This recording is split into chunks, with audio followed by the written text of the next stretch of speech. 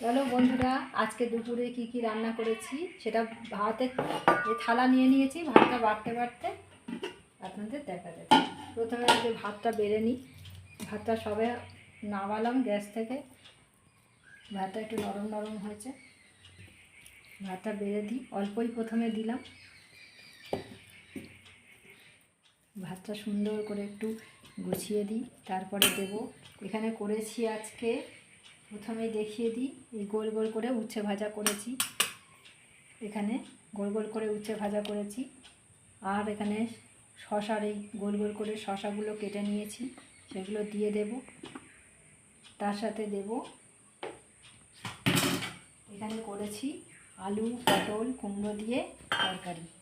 তরকারিটা দেখতে খুব সুন্দর হয়েছে, কিন্তু খেতে জানি না কতটা ভালো হয়েছে। তো সেই তরকারিটা আমি আগে বেড়ে নিই। তরকারিটা দিয়ে দিই,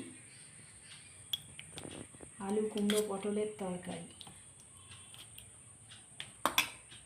তরকারিটা দিয়ে দিচ্ছি। আর করেছি এখানে রুই মাছের ঝোল, জ্যান্ত রুই মাছের ঝোল করেছি। শুধু আলু দিয়ে করেছি, এতে আর বিশেষ কিছুই দিইনি।